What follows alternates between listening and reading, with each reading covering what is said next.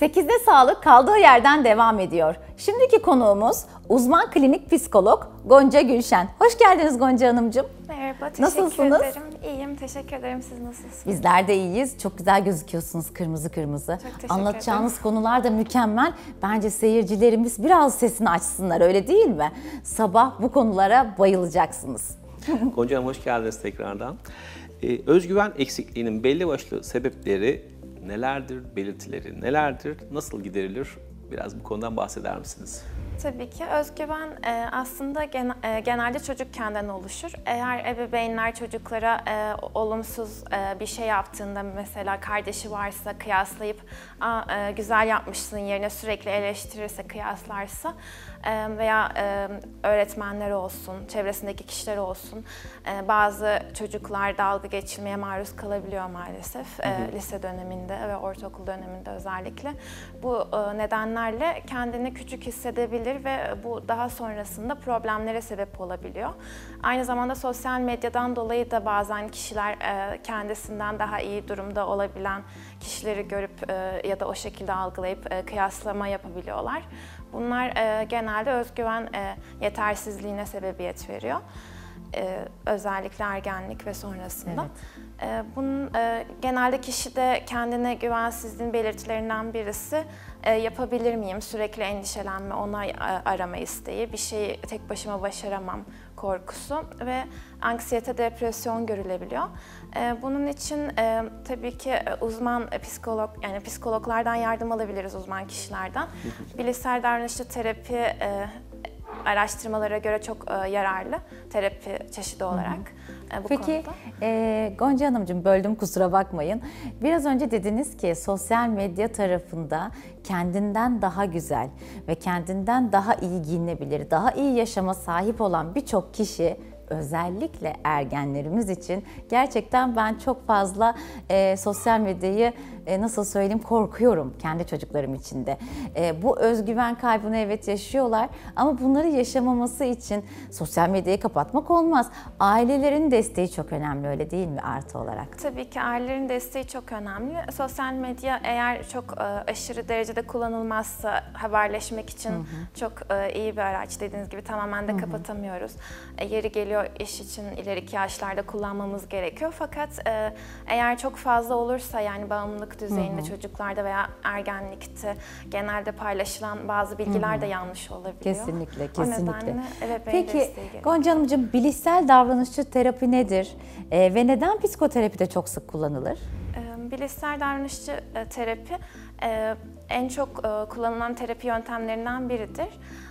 Aaron Beck'in ilk olarak bulduğu bir terapi yöntemi. Temeli düşüncelerimizin ve duygularımızın bizim bilişlerimizden etkilendiği yönünde. Yani aslında çocukluktan aldığımız otomatik düşünce şemalarımızın daha sonrasındaki yorumlamalarımıza etkisi. Yani mesela sürekli eleştirilen bir çocuksak, ileride ben zaten değer verilmeyen birisiyim, o yüzden birisi bana mesela kötü davrandı gibi hissedebiliyorum en küçük şeyde. Kötüye yorma gibi, bunları veya anksiyeteye sebep verebiliyor. Bu düşünceleri değiştirerek, mesela bir kişi selam vermediğinde direkt ben kötü birisiyim o yüzden vermedi yerine mesela kötü bir günde olabilir tarzı gibi yorumlamalar. Farklı yorumlamalara geçebilir diyorsunuz. Bence de çok haklısınız. Peki hümanistik danışan odaklı psikoterapi yöntemlerinden temel farkı nedir?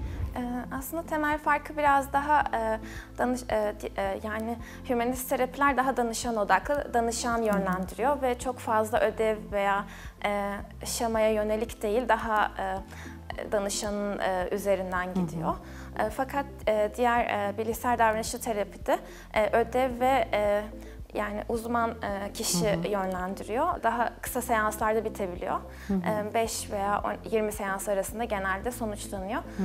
Hümanist terapide ise danışanı empati duyarak ve aynı zamanda Rogerian prensipler denilen 3 prensip var. Empati ve her konuda kabullenme ve aynı zamanda da o kişiye yani dürüst davranma, terapist olarak daha çok aslında arkadaşı gibi yaklaşma oluyor.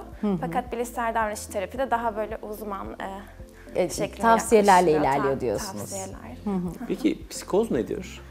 Psikoz aslında bilişte oluşan beyinsel süreç, yani bilişsel sürecimizde oluşan aksaklıklar, yani aslında kişinin gerçeklik tanısını kaybetmesi.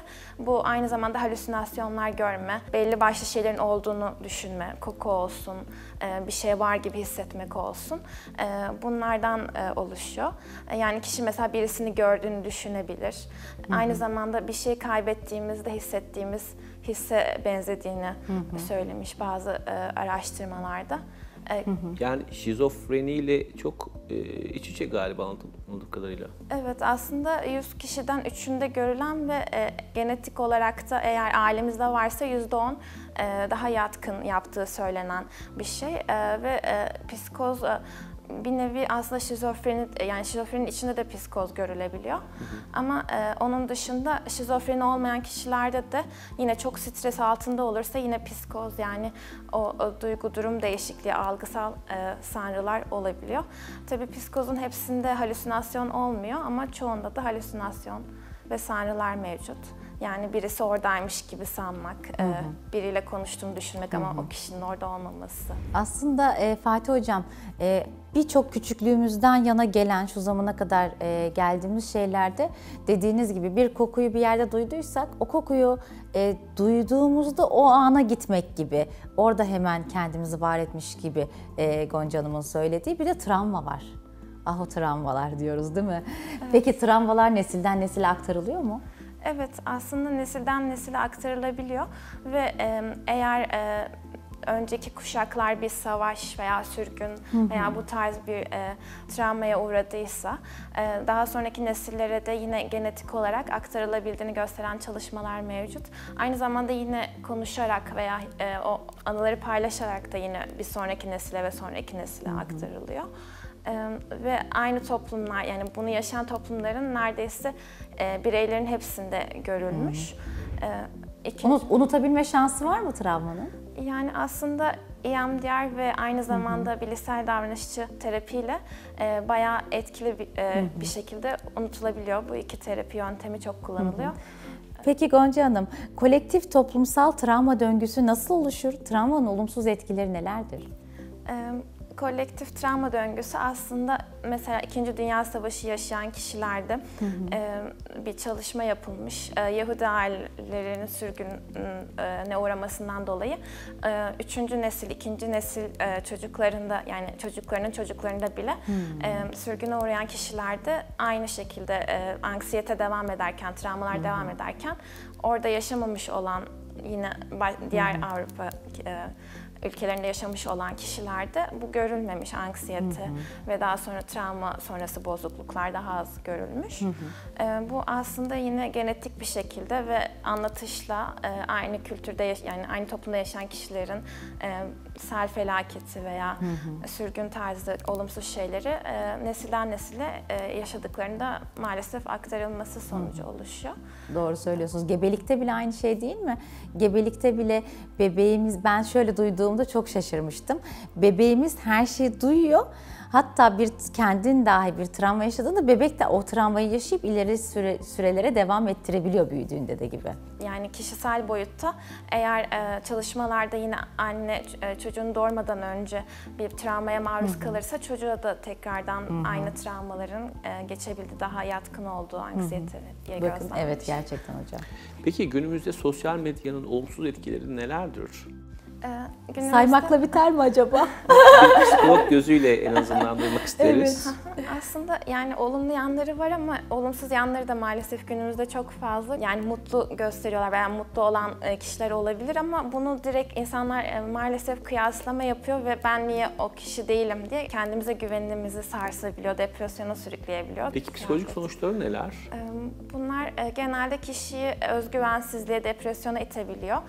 Aynı zamanda eğer bazı bilgiler yanlış olabiliyor. Eğer küçük çocuklar için özellikle ebeveynler takibini yapamazsa çocuklarda da yine depresyon olsun, kötü alışkanlıklara yönlendirebilen şeyler olabiliyor. Vermiş olduğunuz güzel bilgiler için çok teşekkür Çok ederiz. teşekkürler Teşekkür Gonca Hanım. ederim. Çok Çok sağ olun. sağ olun. Ağzınıza sağlık. Çok teşekkür ederim. Bugün bizlerle uzman klinik psikolog Gonca Gülşen beraberdi ve bize özgüvenle ilgili, bilişsel davranışçı terapiyle ilgili birçok bilgiler verdi. Kendisine tekrar teşekkür ederiz. 8'de sağlık kaldığı yerden devam ediyor.